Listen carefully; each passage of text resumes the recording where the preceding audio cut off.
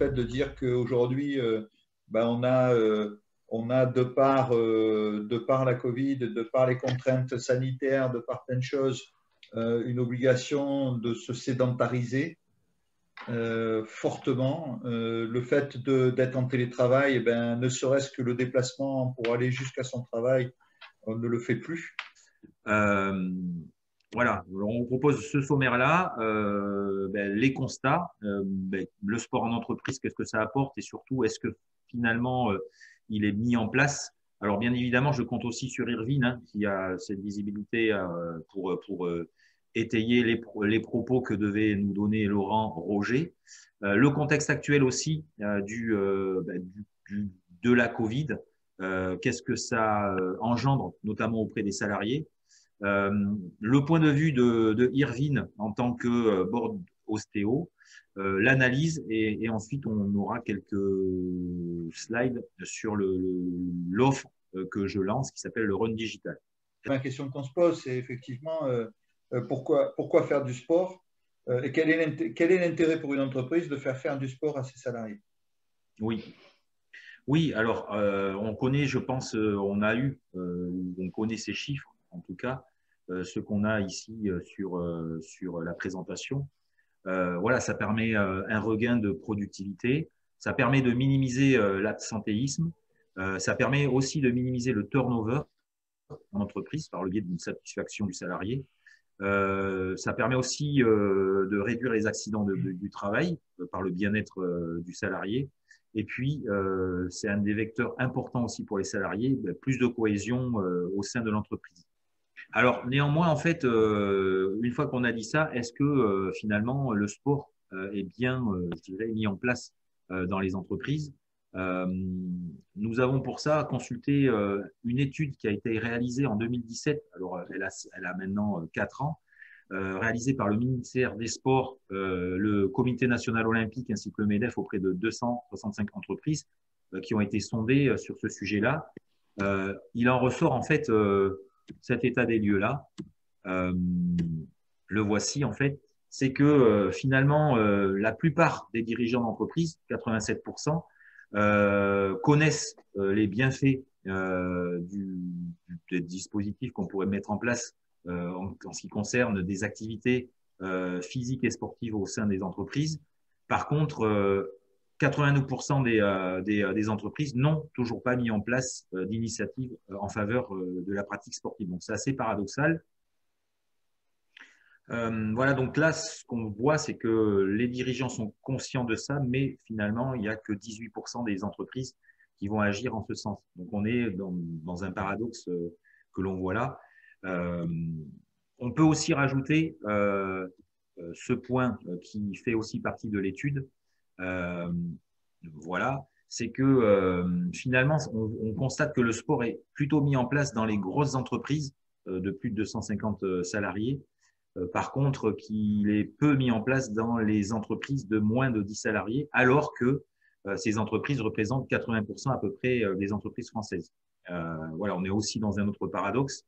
Voilà, donc on sait aussi finalement que quand le dirigeant a une appétence vers le sport, parce qu'il en pratique notamment, il va plutôt favoriser la pratique du sport au sein de son entreprise. Alors les freins, en fait, pourquoi justement on a cette problématique-là, c'est que on a des freins, notamment liés à l'absence de locaux adaptés. C'est vraiment le principal source de frein. C'est ce que remonte l'étude. Un manque d'informations concernant la mise en place d'activités physiques et sportives en entreprise. Souvent, les organisations qui veulent mettre en place cette pratique ont du mal à connaître notamment les problématiques liées au juridique. Et 70% des entreprises ne savent pas vers qui surtout se tourner pour formuler leur offre d'activité physique et sportive. Souvenez-vous quand même que les entreprises, outre le fait qu'elles puissent investir, elles ont aussi tout un tas d'aides et tout un tas évidemment de cagnottes et de budgets qui sont très faciles à mettre en avant. Et je dirais que si le sport n'est pas associé à la santé, c'est, je dirais, très difficile de n'avoir à installer que le sport dans une entreprise. Parler du contexte actuel qui finalement fait partie de cette problématique liée à l'offre proposée par FIT. C'est le contexte lié à la Covid. Et en fait, dans ce contexte-là, engendre en fait une anxiété généralisée, accrue par une absence de perspective et de résolution de la crise. Alors, en fait, le résultat de tout ça, en fait, ou l'impact ou les impacts, à 3 niveaux. La partie économique, voilà, avec une chute du PIB, nécessité pour les entreprises de réorganiser le travail pour une durée indéterminée et pour certaines carrément de ne pas travailler. Et puis pour le salarié ou l'homme, parce que ça peut être toute la population, mais une augmentation des risques psychosociaux dus notamment à l'isolement ou à la perte du lien direct avec ses collègues, voire même avec ses proches. Et l'analyse qu'on peut en faire, et c'est justement l'objet de l'offre que j'ai mis en place. Et l'avènement de solutions autour du digital rend cette situation compliquée, difficile, mais positive, en proposant en fait des offres digitales. Et c'est de là qu'en fait est venue l'idée de ce run digital pour proposer aux entreprises en fait une offre distancielle pour créer aussi de la cohésion au sein de ces entreprises. En fait, le run digital, qu'est-ce que c'est? C'est un événement en fait réalisé en distanciel où chaque personne ou chaque salarié va courir ou marcher son meilleur de distance, je préfère dire le meilleur de distance que son maximum de distance, en un temps défini et va enregistrer en fait ce parcours-là sur une application d'inscription sur laquelle il se sera inscrit au préalable.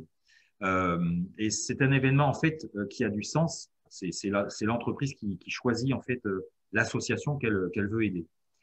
Alors le régime digital, qu'est-ce que c'est? En fait, c'est une proposition d'animation qui va être alors voilà, on va par exemple proposer à l'entreprise de faire courir ou de faire marcher ses salariés d'ici 1 mois et demi, 2 mois, 30 minutes et de réaliser leur meilleur de distance sur ces 30 minutes en marchant ou en courant.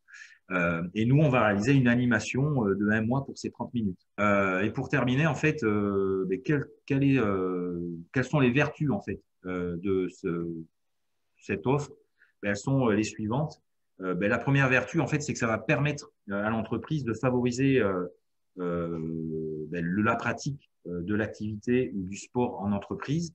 Alors, adapté et accessible à tous, c'est-à-dire qu'une personne qui fait jamais de sport, si elle a vraiment envie d'aider l'association, on va mettre en place en fait un programme d'entraînement dédié à son objectif.